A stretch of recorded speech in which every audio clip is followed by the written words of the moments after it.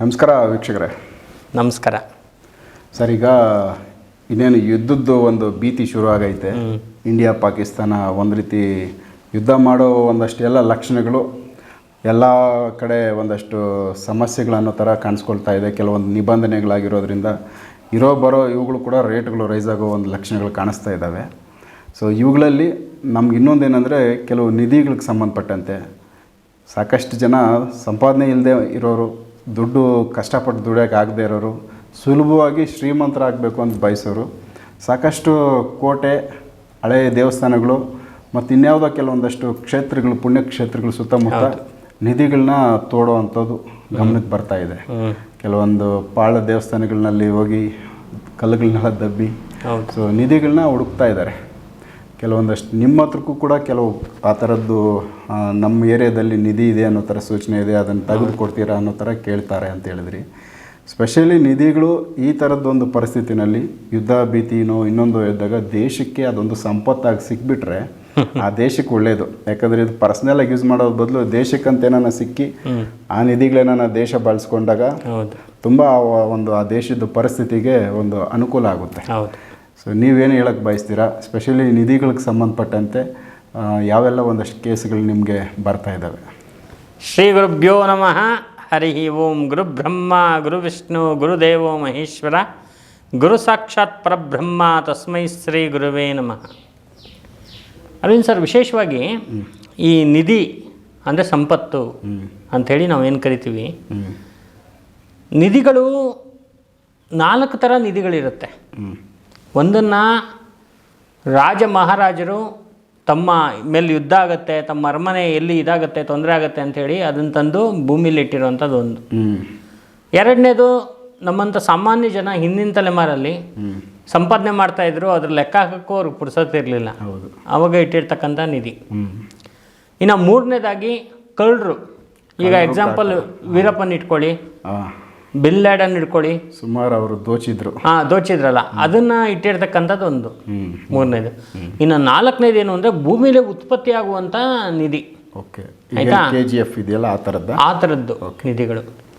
So ಇದರಲ್ಲಿ ಏನಾಗ್ಬಿಡುತ್ತೆ ಅಂತ ಹೇಳಿದ್ರೆ, ಇದು ಅದೃಷ್ಟವಂತರು ಯಾರು ಇರ್ತಾರೆ ಅವರಿಗೆ ಖಂಡಿತವಾಗ್ಲೂ ಸಿಗುತ್ತೆ. ಅದಕ್ಕೆ ನಾವೇನು ಮಾಡ್ತೀವಿ ಅಂತ ಹೇಳಿ ಭೂ ಪರೀಕ್ಷೆ ಅಂತ ಹೇಳಿ ಮಾಡ್ತೀವಿ. ಭೂಮಿಯಲ್ಲಿ ಪರೀಕ್ಷೆ ಮಾಡಿ ಅದು ಇದೆಯಾ ಇಲ್ವಾ ಅಂತಕ್ಕಂಥ ವಿಚಾರ, ಮತ್ತು ಎಲ್ಲಿದೆ ಅಂತಕ್ಕಂಥ ವಿಚಾರ, ಇದನ್ನೆಲ್ಲ ಹೇಳ್ತೀವಿ. ಮಣ್ಣಿನ ಪರೀಕ್ಷೆ ಮಾಡಿದಾಗ ಅದೆಲ್ಲ ಗೊತ್ತಾಗುತ್ತೆ. ಅದಕ್ಕೆ ಕೆಲವು ಫಾರ್ಮುಲಾಗಳಿದೆ. ಅದರಿಂದ ಮತ್ತೆ ಕೆಲವು ಪ್ರಶ್ನಾ ತಾಂತ್ರಿಕ ಎಲ್ಲ ಯೂಸ್ ಮಾಡಿ ಅದು ಹೇಳುವಂಥ ಒಂದು ಫಾರ್ಮುಲಾ ಇದೆ, ಅದನ್ನು ಮಾಡ್ಬೋದು. ನಿಧಿ ಇದೆ ಅಂತ ಹೇಳ್ಬಿಟ್ಟು ಏನು ಮಾಡ್ತಾರೆ, ತುಂಬ ಜನ ಮೋಸ ಹೋಗ್ತಾರೆ. ಯಾರನ್ನು ಕರ್ಕೊಂಬಂದು ಆ ಜಾಗದಲ್ಲಿ ನಿಧಿ ಇದೆ ಅಂತ ಹೇಳೋದು, ಅವ್ನು ಇಲ್ಲ ಅಂತ ಹೇಳಲ್ಲ. ಇವಾಗ ಇಲ್ಲ ಅಂದ್ಬಿಟ್ರೆ ಅವ್ರಿಗೆ ಒಂಥರ ಡಿಸಪಾಯಿಂಟ್. ನಮ್ಮಲ್ಲಿ ಬರೋರಿಗೆ ಹಂಗೇನೆ, ಇಲ್ಲ ಅಂದ್ಬಿಟ್ರೆ ತುಂಬಾ ಬೇಜಾರಾಗ್ಬಿಡುತ್ತೆ ನಮ್ಮ ಮೇಲೆ. ಅವ್ರಿಗೆ ಏನೋ ಆಸೆ ಇಟ್ಕೊಂಡಿರ್ತಾರೆ, ಹೌದು, ನಿರಾಸೆ ಆಗುತ್ತೆ. ಹೌದು. ಏನು ಮಾಡ್ತಾರೆ, ಇದೆ ಅಂತ ಹೇಳ್ಬಿಡ್ತಾರೆ. ಇದೆ ಅಲ್ವಾ, ಯಾವಾಗ ಸಿಗುತ್ತೆ ಅವ್ರು ಕೇಳೋದು. ನೆಕ್ಸ್ಟ್ ಅಲ್ಲ, ಬ್ಯಾಂಕಲ್ಲಿ FD ಇದು ಫಿಕ್ಸೆಡ್ ಡಿಪಾಸಿಟಾ, ಯಾವಾಗಂದ್ರೆ ಅವಾಗ ಇಟ್ಬಿಟ್ಟು ಯಾವಾಗ ತೊಗೊಳಕ್ಕೆ, ಯಾವಾಗ ಸಿಗುತ್ತೆ ಅಂತ ಕೇಳ್ತಾರೆ. ಸಿಗುತ್ತೆ, ಒಂದು 3 ತಿಂಗಳಲ್ಲಿ ತೆಕ್ಕೊಡ್ತೀನಿ ಅಂದ್ಬಿಟ್ಟು ಅಲ್ಲಿಂದ ದೋಚಕ್ಕೆ ಶುರು ಮಾಡ್ತಾರೆ ಅವ್ರ ಹತ್ರ. ಇವರಲ್ಲಿರೋ ನಿಜವಾದ ನಿಧಿ ಏನಿದೆ, ಜೋಬಲ್ಲಿರೋ ದುಡ್ಡು, ಅದು ಹೋಗ್ತಾ ಇರಲಿ, ಆ ನಿಧಿ ಇರ್ಲಿ ಬಿಡ್ಲಿ, ಇದು ಹೋಗ್ತಾ ಇರುತ್ತೆ. ಒಂದು ಭ್ರಮೆಯಲ್ಲಿ ಅವರು ಲಕ್ಷಗಟ್ಟಲೆ ದುಡ್ಡು ಕಳ್ಕೊಂಡಿದ್ದಾರೆ, ಲಕ್ಷಗಟ್ಟಲೆ ದುಡ್ಡು. ಅದರಲ್ಲಿ ಮೊನ್ನೆ ಒಂದು ಕೇಸ್ ಬಂದಿತ್ತು ನನಗೆ, ಹುಬ್ಳಿಯಿಂದ ಬಂದಿದ್ದು. ಅದರಲ್ಲಿ ಏನಾಗಿದೆ, ಒಂದು ತಂದೆ ತಾಯಿ 4 ಜನ ಗಂಡು ಮಕ್ಕಳು, ಅವ್ರಿಗೆ ಎಲ್ಲ ದೊಡ್ಡವರು, ಮದುವೆ ಆಗಿದೆ. 3 ಜನಕ್ಕೆ ಮದುವೆ ಆಗಿದೆ, ಒಬ್ಬನಿಗೆ ಆಗಿಲ್ಲ. ಆಮೇಲೆ ಅವರ ಮಾವ ಒಬ್ಬರು ಮದುವೆ ಆಗಿಲ್ಲ, ಮನೇಲಿದ್ದಾರೆ. ಆಮೇಲೆ ಚಿಕ್ಕಪ್ಪನ ಒಬ್ಬ ಇದ್ದಾನೆ. ಈ ಚಿಕ್ಕಪ್ಪ ಏನು ಅಂದರೆ ವಿಪರೀತ ನಿಧಿ ಆಸೆ ಅವನಿಗೆ. ಅವನ ಜೀವನ ಪೂರ್ತಿ ನಿಧಿ ಹುಡುಕೆ ಇದ್ದಾನೆ ಅವನು, ಇನ್ನೇನು ಮಾಡಿಲ್ಲ. ಕೊನೆಗೇನಾಯಿತು ಅಂತ ಹೇಳಿದ್ರೆ, ಅವ್ರ ಮನೆ ಹತ್ರ ಒಂದು ದೊಡ್ಡದೊಂದು ಜಾಗ ಇದೆ.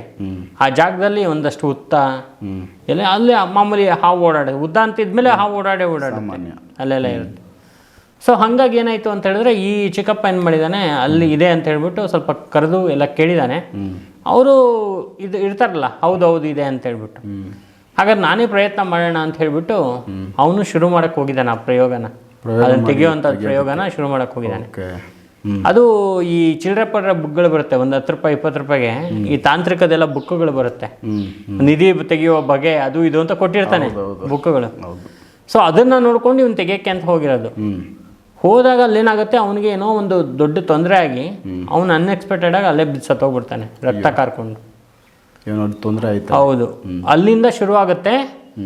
4 ಸಾವಾಗುತ್ತೆ, 5 ಸಾವಾಗುತ್ತೆ, 6 ಸಾವಾಗುತ್ತೆ ಆ ಕುಟುಂಬದಲ್ಲಿ. ಆ ಮಕ್ಕಳು ಏನಿರ್ತಾರೆ, 3 ಜನ ಮಕ್ಕಳು, ತಂದೆ, ಚಿಕ್ಕಪ್ಪ, ಮಾವ ಎಲ್ಲ ಸತ್ತೋಗ್ತಾರೆ.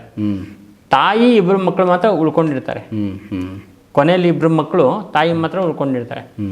ಈ ಕೊನೆಯವನಿಗೂ ನಿಧಿ ಆಸೆ, ಮತ್ತೆ ಅದು ಬಂತು, ಮತ್ತೆ ಆಸೆ.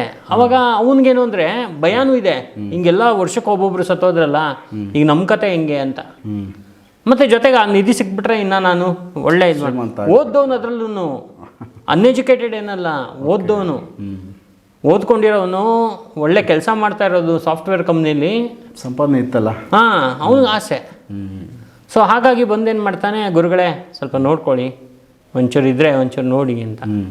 ಆಮೇಲೆ ನೋಡಿದಾಗ ನಾನೇನು ಮಾಡ್ತೀನಿ, ಪ್ರಶ್ನೆಯಲ್ಲಿ ಮರಣಗಳು ಜಾಸ್ತಿ ಆಗಿದೆ ಅಂತ ಬರುತ್ತೆ. ನಾನು ಕೇಳ್ತೀನಿ, ಏನು ಸಾವಾಗಿದೆಯಾ, ಏನು ಕತೆ ಇದು, ತುಂಬ ತೋರಿಸ್ತಾ ಇದ್ದೀನಿ. ಹೌದೌದು, ವರ್ಷಕ್ಕೆ ಒಬ್ಬರು ಸತ್ತೋಗಿದ್ದಾರೆ ಅಂತ. ಮತ್ತೆ ಸಾಲದ ನೀನು ಸಾಯ್ಬೇಕು ಅಂತಿದ್ದೀನಪ್ಪ, ನೀನೇನಕ್ಕೆ ಹೋಗ್ತಾ ಇದೀಯ ಹಂಗೆ ಅಂತ. ಇಲ್ಲ, ಅದೇನು ಅಂತ ತಿಳ್ಕೊಬೇಕು ಗುರುಗಳೇ, ಯಾಕಂತ ಅದು ಗೊತ್ತಾಗಬೇಕಲ್ವ ನಮಗೆ ಅಂಥೇಳಿ ಅದು ಹೇಳ್ತಾರೆ. ಹೇಳ್ದಾಗ ಏನಾಗುತ್ತೆ, ನಾನು ಆಯಿತು, ನನಗೆ ತುಂಬ ಬ್ಯುಸಿ ಇರ್ತೀನಿ, ಒಂದು 15 ದಿವಸ ಹೋಗಲಿ, ನೀನು ಮತ್ತೆ ಫೋನ್ ಮಾಡು, ನೋಡಿಕೊಂಡು ಮಾತಾಡೋಣ, ಡಿಸ್ಕಸ್ ಮಾಡೋಣ ಅಂತ ಹೇಳ್ತೀನಿ.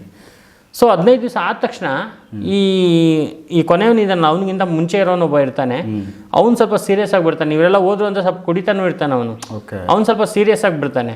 ಅವಾಗ ಮತ್ತೆ ಇವನು ಒಂದು ದಿವಸ ನಂಗೆ ರಾತ್ರಿ ಫೋನ್ ಮಾಡ್ತಾನೆ, ನೋಡಿ ಏನು ಅಂತ ನೋಡಿ ಅಂತ.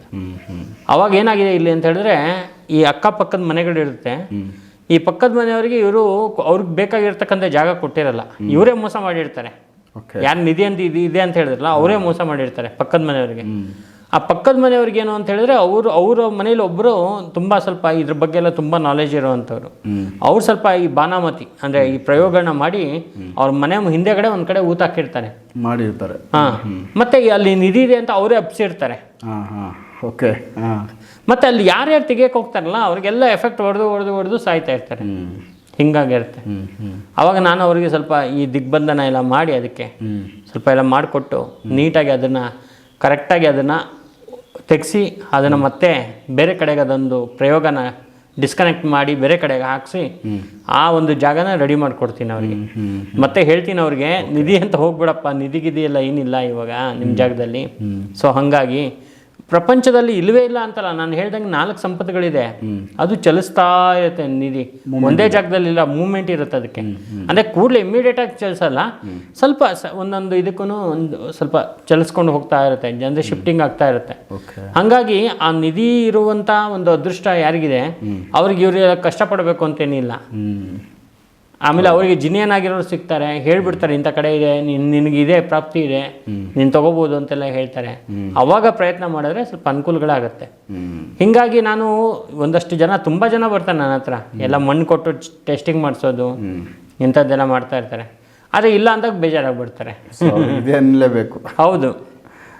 ನಾನು ನನ್ನ ಒಂದು ಇಷ್ಟು 24 ಇಯರ್ಸ್ 24 ವರ್ಷದ ಈ ಒಂದು ಸಾಧನೆಯಲ್ಲಿ ಒಂದು ಸುಮಾರು ಒಂದು 4ರಿಂದ 5 ಒಂದು ಪಾಯಿಂಟ್ಗಳನ್ನ ತೋರಿಸ್ಕೊಟ್ಟಿದ್ದೀನಿ ಅಷ್ಟೇ. ಪಕ್ಕ ಇರೋಂಥವು. ಪಕ್ಕ ಅಲ್ಲಿ ಹಾಕಿದ್ದು ತೆಗೆದಿದ್ದಾರೆ ಅವರು. ದೇವಸ್ಥಾನ ಧರ್ಮಕ್ಷೇತ್ರಗಳನ್ನೆಲ್ಲ ಮಾಡಿದ್ದಾರೆ, ಕೋಟ್ಯಾಧಿಪತಿಗಳಾಗಿದ್ದಾರೆ, ಚೆನ್ನಾಗಿದ್ದಾರೆ, ಇವತ್ತಿಗೂ ಫೋನ್ ಮಾಡ್ತಾರೆ ಅಂತ ಒಂದು 4-5 ಕೇಸ್ಗಳನ್ನ ಅಟೆಂಡ್ ಮಾಡಿದ್ದೀನಿ. ಸುಮ್ಮನೆ ಅದು ಇದೆ ಅಂತ ಹೇಳೋದು, ಮೋಸ ಮಾಡೋದು, ಅದೆಲ್ಲ ದುಡ್ಡು ಒಳ್ಳೇದಲ್ಲ, ಆ ಥರ ಮಾಡಲೂಬಾರ್ದು. ಅದು ಬಹಳ ತೊಂದರೆ ಅನುಭವಿಸ್ತಾರೆ ಅವರು ಅಂತಕ್ಕಂಥ ವಿಚಾರ. ಸುಮ್ಮನೆ ಇಲ್ಲ ಅಂದರೂ ಕೂಡ ಅಲ್ಲಿ ಇದೆ ಅಂತೇಳಿ ಸುಮ್ಮನೆ ಪೂಜೆಗಳಿಗೆ ಖರ್ಚುಗಳು ಮಾಡಿ. ಹೌದೌದು. ಆ ಕಡೆ ನಿಧಿನೂ ಸಿಗಲ್ಲ, ಈ ಕಡೆ ದುಡ್ಡು ಖಾಲಿ ಆಗಿರುತ್ತೆ. ಹೌದು. ಸೊ ಮತ್ತೆ ಫೈನಲ್ ಏನೋ ಒಂದು ಹೇಳಿ ಬಿಟ್ಬಿಡೋದು, ಇಲ್ಲಪ್ಪ ಏನೋ ಆಗೈತೆ. ಅಯ್ಯೋ, ಇನ್ನೂ ಎಂತೆಲ್ಲ ಮೋಸ ಮಾಡ್ತಾರೆ ಅಂದರೆ, ಕೆಲವು ಜನಾಂಗದಲ್ಲಿ ಡೆಡ್ ಬಾಡಿನ ತೊಗೊಂಬಂದು ಅಲ್ಲಿ ಹಾಕಬೇಕು, ಅಲ್ಲೇನೋ ಒಂದು ಪ್ರಯೋಗ ಮಾಡಬೇಕು, ಮನೆ ಒಳಗಡೆ ಮಾಡಬೇಕು ಅಂತ ಹೇಳ್ಬಿಟ್ಟು ಅಲ್ಲೇನೇನೋ ಮಾಡಿಸ್ಬಿಟ್ಟು ಅವರು ಲಕ್ಷಗಟ್ಟಲೆ ಕಿತ್ಕೊಂಡಿದ್ದಾರೆ. ಅಂತ ತರ್ಸಕ್ಕೆಲ್ಲ ಬೇಕು ಅಂತ ಸ್ಮಶಾನ ಮಾಡಿಬಿಟ್ಟಿದ್ದಾರೆ ಅವರು, ಅಂಥ ಕೆಲಸ ಮಾಡಿದ್ದಾರೆ. ಇನ್ನೂ ನಾವು ಬೇಕಾದಷ್ಟು ಮಾಧ್ಯಮಗಳಲ್ಲಿ ನೋಡ್ತಾ ಇರ್ತೀವಲ್ಲ. ಸೊ ಹಾಗಾಗಿ ಈ ನಿಧಿ ವಿಚಾರ ಇದೆಯಲ್ಲ, ಇದು ಬಹಳ ದೊಡ್ಡ ವಿಚಾರ. ಇದು ಎಷ್ಟೋ ಜನ ಹುಡುಗರು ಎಂಗೇಜು ಚೆನ್ನಾಗಿ ದುಡಿದ್ರೆ ಅವರು ಏನೋ ಆಗ್ಬಿಡ್ಬೋದು, ಅಂಥವ್ರು ಏನು ಮಾಡ್ತಾರೆ, ಈ ನಿಧಿ ಆಸೆಗೆ ಬಿದ್ದುಬಿಟ್ಟು ಬಹಳ ಒಂದು ತೊಂದರೆಯನ್ನು ಅನುಭವಿಸ್ತಿದ್ದಾರೆ ಅವ್ರ ಜೀವನದಲ್ಲಿ. ಸೊ ಕೆಲವು ಸರಿ ನಿಧಿಗಳೆಲ್ಲಾದರೂ ಇದ್ದಾಗ ಅವುಗಳನ್ನ ಕಾಪಾಡೋ ಶಕ್ತಿಗಳು ಕುಟುಂಬಕ್ಕೆ ತೊಂದರೆಗಳು ಮಾಡೋವಂಥವು. ಇವಾಗ ಏನು ನೀವು ಹೇಳಿದ್ರಿ ಘಟನೆ, ಅದು ಯಾವುದೋ ಒಂದು ಶಕ್ತಿ ಅವ್ರಿಗೆ ತೊಂದರೆ ಕೊಟ್ಟಿದೆ ಅನ್ನೋ ಥರನ? ಹೌದೌದು, ಖಂಡಿತವಾಗ್ಲು. ಅದು ಏನಂದರೆ ಅವರು ಡೈರೆಕ್ಟಾಗಿ ಏನಂದರೆ ಮರಣ ಪ್ರಯೋಗನ ಮಾಡಿಸಿ ಇಟ್ಬಿಟ್ಟು ನಿಧಿ ಇದೆ ಅಂತ ಅವರಿಗೆಲ್ಲ ಒಪ್ಸಿ ಅವ್ರು ಬಂದು ಇಲ್ಲಿ ಸ್ವಲ್ಪ ನೋಡೋ ಥರ ನೋಡಿದ್ರೆ ಅವರು ಅಷ್ಟೇ ಮುಗೀತವ್ರ ಕಥೆ ಆಯ್ತು ಅವ್ರಿಗೆ. ಆ ಥರ ಆ ಭೂಮಿನ ಅಗ್ಯಂಗೆ ಇಲ್ಲ ಆ ಥರ ಮಾಡಿಟ್ಟಿದ್ರು ಅವರು. ಸೊ ಹಾಗಾಗಿ ಇದೆಲ್ಲ ತೊಂದರೆಗಳು ಆಗಿರೋದು ಅವರಿಗೆ. ಸೊ ವೀಕ್ಷಕರು, ಯಾಕಂದರೆ ನಿಧಿ ವಿಚಾರದಲ್ಲಿ ಸಾಕಷ್ಟು ಮೋಸಗಳಾಗ್ತಾ ಇದ್ದಾವೆ. ತುಂಬ ಕುಟುಂಬಗಳಿಗೆ ಅವು ಕೈಯಲ್ಲಿರೋ ದುಡ್ಡು ಕೂಡ ಖಾಲಿಯಾಗಿ ಮಾಂತ್ರಿಕರು ಯಾವುದೋ ಒಂದು ಸುಳ್ಳು ಹೇಳಿ ಅಲ್ಲೇನೋ ಒಂದು ಪೂಜೆಗಳು ಮಾಡಿ ಏನೋ ತೆಗೆದು ಕೊಡ್ತೀವಿ ಅಂತೇಳಿ ಫೈನಲ್ ಕೈಯಲ್ಲಿ ಇದ್ದ ದುಡ್ಡನ್ನು ಖಾಲಿ ಮಾಡಿ ಹೋಗುವಂಥ ಘಟನೆಗಳು ಕೆಲವೊಂದಷ್ಟು ನಮ್ಮ ಸಮಾಜದಲ್ಲಿ ನಡೆದೈತೆ. ಆ ವಿಚಾರಗಳು ಸಂತೋಷ್ ಭಟ್ರ ಗಮನಕ್ಕೆ ಸಾಕಷ್ಟು ಬಂದಿದ್ದಾವೆ. ಅವುಗಳಿಗೆ ಸಂಬಂಧಪಟ್ಟಂಗೆ ಒಂದು ವಿಚಾರ ಇದನ್ನು ಮಾತಾಡಿದ್ದೀವಿ. ಯಾಕಂದರೆ ನಿಧಿಗಳು ಅಂತ ಹೋಗಬೇಡಿ. ನಿಧಿಗಳು ಅಂತ ಯಾವುದಾದ್ರೂ ಒಂದು ಹಳೆ ದೇವಸ್ಥಾನಗಳು, ಸುಂದರವಾದ ದೇವಸ್ಥಾನಗಳನ್ನ ಹಾಳು ಮಾಡಿ ದಬ್ಬಿ ಅಲ್ಲೇನೋ ತೋಡೋದು ಮತ್ತು ಅಲ್ಲಿಂದ ಏನೋ ಒಂದು ಮೂರ್ತಿನ ತೆಗಿಯೋದು. ಸೊ ಅವೆಲ್ಲ ನಮ್ಮ ಒಂದು ಸಂಸ್ಕೃತಿನ ಹಾಳು ಮಾಡ್ದಂಗೆ ಆಗುತ್ತೆ. ಅಲ್ಲಿ ಯಾವ ನಿಧಿ ಸಿಗಲ್ಲ. ಸೊ ಇವುಗಳ ಬಗ್ಗೆ ದಯವಿಟ್ಟು ನಿಧಿಗಳ ಬಗ್ಗೆ ಯಾರು ಗಮನ ಹರಿಸೋಕ್ಕೆ ಹೋಗದೆ, ಸಿಗಂಗಿದ್ರೆ ಅದಾಗದೇ ಸಿಗುತ್ತೆ. ಇಲ್ಲಾಂದರೆ ಸೊ ಡೈರೆಕ್ಟಾಗಿ ನಮಗೆ ಏನು ಸಂಪಾದನೆ ಮಾಡ್ಕೊಂಡು ದುಡಿದು ತಿನ್ನೋದಕ್ಕೆ ಶಕ್ತಿ ಕೊಟ್ಟಿರ್ತಾರೆ, ಒಂದು ಜ್ಞಾನ ಕೊಟ್ಟಿರ್ತಾರೆ ದೈವ. ಸೊ ಆ ದಾರಿಯಲ್ಲಿ ಬದುಕೋದು ತುಂಬ ಒಳ್ಳೆಯದು. ಇಲ್ಲಾಂದರೆ ಜೀವನಗಳೇ ಹಾಳಾಗ್ತವೆ, ವಂಶಗಳೇ ಹಾಳಾಗ್ತವೆ. ಇವುಗಳ ಬಗ್ಗೆ ಮಾಹಿತಿ ಕೊಟ್ಟವ್ರೆ ಸಂತೋಷ್ ಭಟ್ರು. ನೆಕ್ಸ್ಟ್ ಇನ್ನೂ ಬೇರೆ ವಿಚಾರಗಳನ್ನ ನಾನು ಅವ್ರ ಜೊತೆ ಮಾತಾಡ್ತಾ ಹೋಗ್ತೀನಿ. ಎಪಿಸೋಡ್ ನೋಡ್ತಾ ಹೋಗಿ. ನಮಸ್ಕಾರ.